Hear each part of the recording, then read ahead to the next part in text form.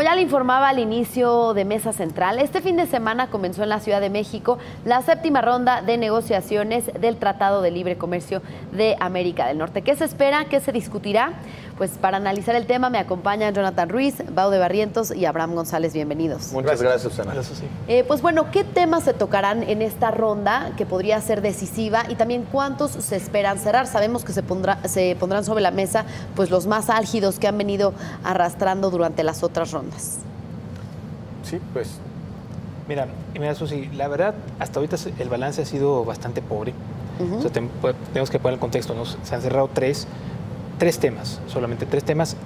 Para esta ronda se espera que se cierren pues los sencillos, ¿no? Entre comillas, que podrían llegar a ser hasta 10, por ejemplo, telecomunicaciones, pueblos indígenas, transparencia farmacéutica, acceso al mercado, lo estamos viendo en la pantalla, comercio electrónico, compras de gobierno. Todos estos temas ya se han tocado en rondas anteriores, pero bueno, Estados Unidos de alguna u otra forma ha puesto ciertos peros, ¿no? Pero sí es factible que cierren.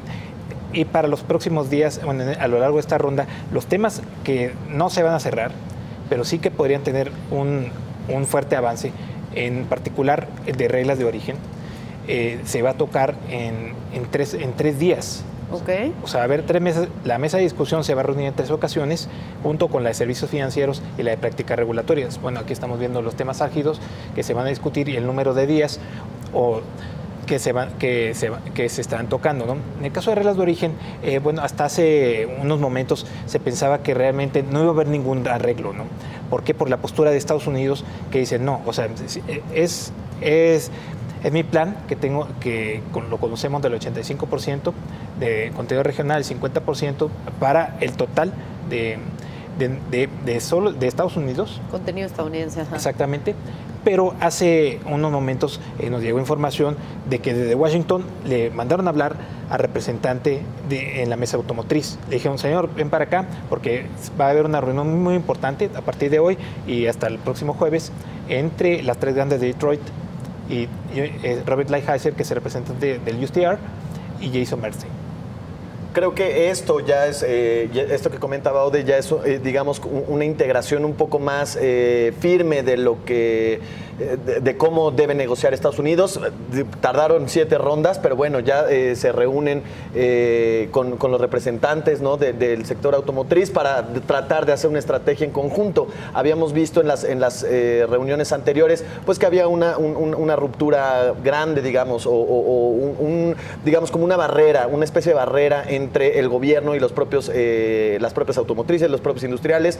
Parece que ya empieza a haber esa integración. Son 7 capítulos los que ya mencionaba Baude, y es interesante ver, aunque no ha salido o aunque no ha surgido mucha información del día, de lo que se está negociando en este momento, de lo que se está diciendo en las mesas, es interesante ver la reacción que ha tenido el mercado, ¿no? Y el tipo de cambio, que ya sabemos que es nuestro termómetro favorito de las negociaciones del Telecán, que podemos ver ahí en la terminal Bloomberg, pues vemos que hoy se presionó alrededor de entre 10 y 15 centavos durante el día. Estuvo fluctuando, el tipo de cambio subió.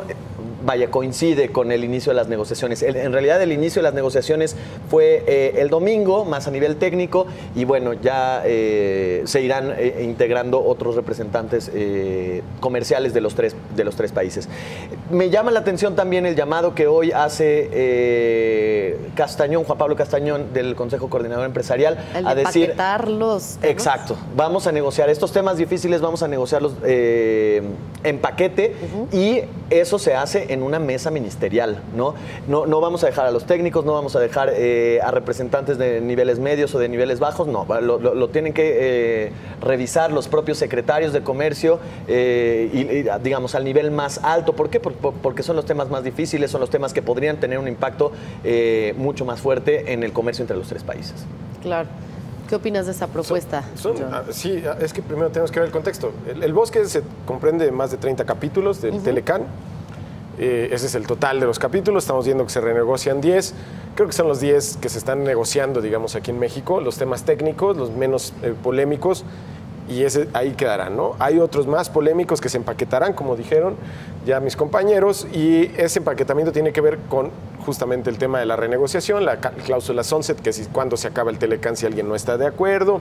Esos temas tendrán que verlos pues, prácticamente los presidentes, porque tiene que ver, bueno, sí, obviamente sus secretarios, pero esto va a acabar en la oficina oval de la Casa Blanca, en donde se definirá qué sí y qué no. Creo que hay dos negociaciones en paralelo. Está el tema de los biotecnológicos, los alimentos modificados biológicamente, cómo van a negociarse, si van a pasar o no. Recordemos que en México están prohibidos, pese a que deberían de estarse ya plantando desde hace mucho tiempo, ¿no? Entonces hay que ver cómo queda esa negociación. Eso es la parte técnica, ¿no? La parte política todavía le falta y esperemos que en el último momento, cuando se esté estableciendo un documento que ya habrá sido acordado entre los países, les puedo anticipar que un día antes o en el mismo momento de la firma, Donald Trump se pare y diga, muy bien, pero no firmo si no sube a un X% la participación de Estados Unidos en el Telecán. Y con todos subidos en la mesa, a punto de firmar, van a firmar. Esa es la negociación estilo Nueva York y la vamos a ver. Entonces, aun y cuando pudiéramos en esta mesa anticipar que ya algunas cosas se empiezan a acordar, las todo más difíciles, pasar. las más políticas, van a quedar en la última hora previa, quizá la última media hora previa al documento en una oficina cerrada, en la que van a decir, señores, si no le ponen aquí un número más para Estados Unidos, no firmo y se acabó. Entonces, predecir cómo va a acabar esto, creo que todavía nos falta, ¿no? Y ya que mencionabas la parte política, ¿qué tanto creen que afecte esta cancelación de la reunión que iba a haber entre Peña Nieto y Donald Trump? Moisés Calach nos decía que esta reunión podría ser pues una señal positiva de que había voluntad política de negociar el Telecán, de llegar ya pues a un acuerdo, pues digo, si no final, pero sí llegar a un acuerdo antes del 1 de abril, antes de las elecciones. Entonces, ¿creen que esto afecta o es nada más la parte política? Yo francamente creo que no va a tener un impacto. Las mesas de negociación han transcurrido entre vaivenes pues, con Estados Unidos en la parte política. A lo largo de las 7 rondas, de las 6 anteriores, hemos visto este tipo de desplantes entre ambos países. Y yo creo que no va a afectar, por lo menos ahora, no va a afectar. Vaya, no sorprende que hoy también Trump se lance contra las reglas de la OMC y decir que la OMC es lo peor que existe y que no es imposible garantizar ahí está apuntando ya los cañones. El comercio justo. Sí, digo, Trump no se había manifestado tan de manera directa como en contra de la OMC, como sí lo había hecho en contra del NAFTA o el Telecán. Creo que podemos prever que después del NAFTA, Trump apunte hacia la OMC. Digamos, lo preveíamos, ahora lo podemos saber con mayor contundencia. Sí lo había dicho, fue Robert Lighthizer en Argentina. O sea, dijo que la OMC prácticamente era una burocracia y no servía para nada, ¿no? Y fue tensa la reunión allá en Argentina, claro. Sí, me parece que no es nuevo.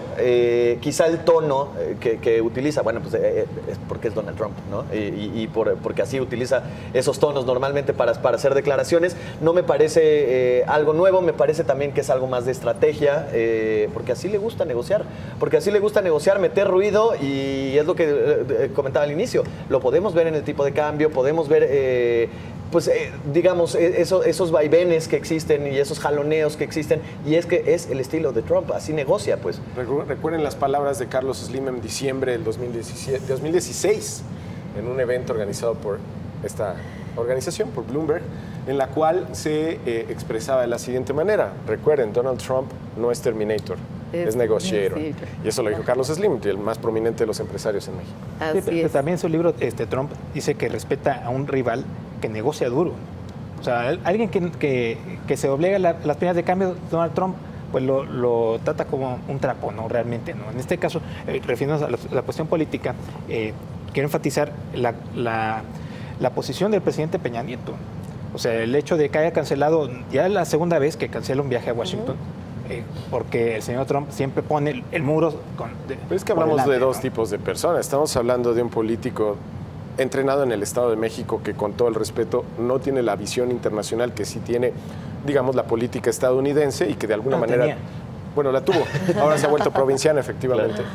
Pero entendamos, pues, que la experiencia que está adquiriendo Peña Nieto en estas circunstancias le está ayudando a comprender cómo negociar mejor. Efectivamente, no tenía todavía la experiencia para negociar con un presidente así, ¿no? Que no necesariamente la inexperiencia de Peña Nieto pueda actuar en detrimento del Telecán en contra de México. Quiero decir, hace un par de semanas entrevisté al vicepresidente de Asuntos Gubernamentales de General Electric.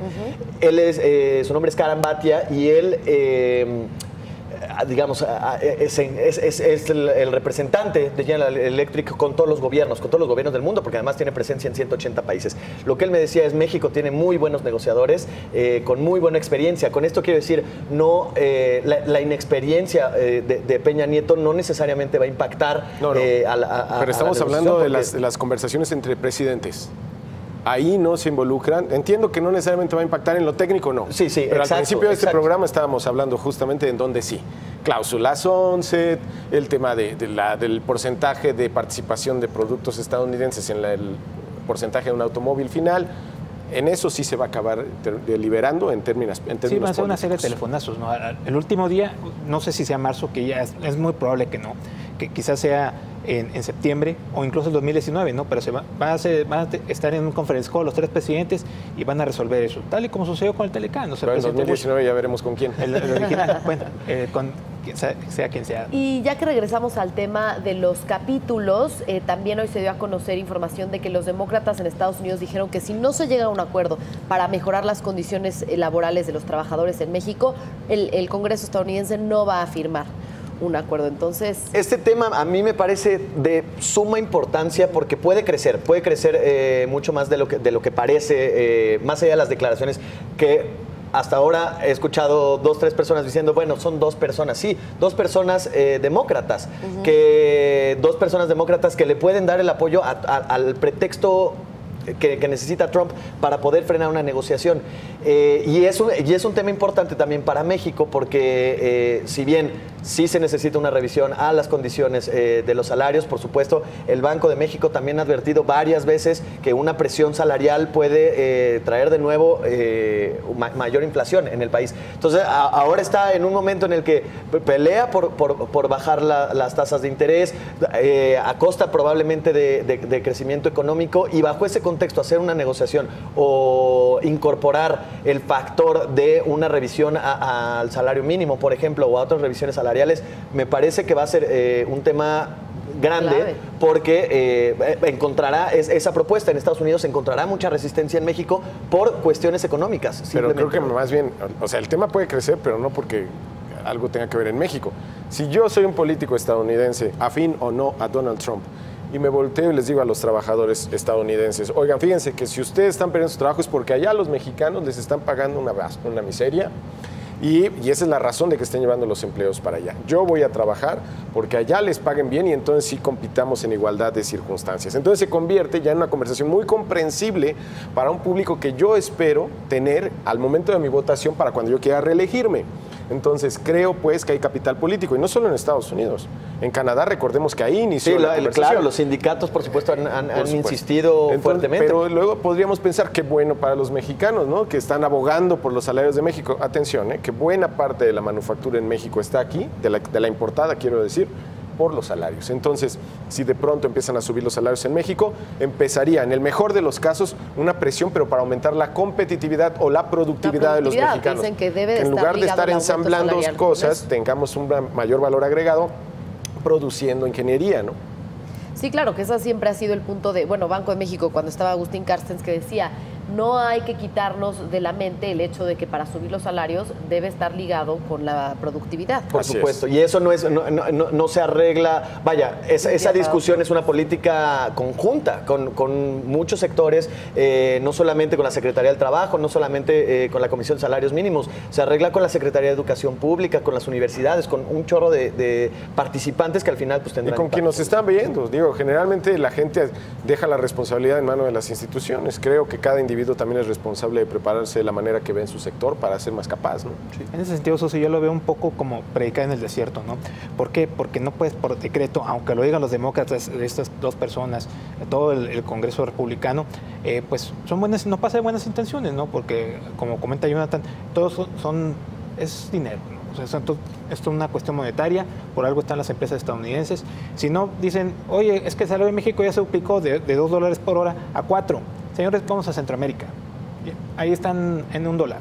Claro. Por ejemplo, ¿no? Sí, sería una salida, aunque hay que considerar también las cuestiones de logística que favorece México, ¿no? Pero ese es otro momento, digamos, Eso lo es dejamos otro para tema. otro capítulo. Bien, pues ¿cuáles son sus conclusiones entonces? ¿Qué expectativas de esta séptima ronda? Pues empieza la séptima ronda, apenas, como decía al inicio, no hay mucha información propiamente de lo que está pasando. Lo que sí sabemos son las propuestas que hay tanto del sector empresarial aquí en México, allá en Estados Unidos, con esto que comenta Baude y de la reunión que tendrían.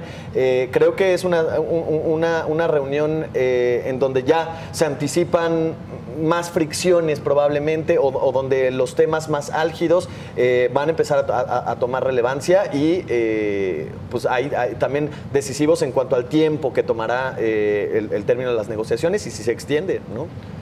Como dijo hace unos días, el señor Kenneth Smith ya se está tocando hueso en esta ronda. Así y ya es. se están viendo los resultados, ya se está movilizando a gente, aunque en el sector agricultura el problema es Canadá.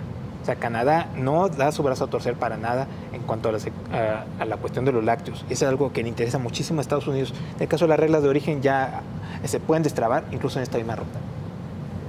Estamos viendo que avanzamos en lo técnico, habrá que esperar lo político y para eso todavía nos falta. Pero en cualquier caso, el Telecán no va a acabar, el Telecán se va a modificar y probablemente se haga más aceleradamente de lo que creemos.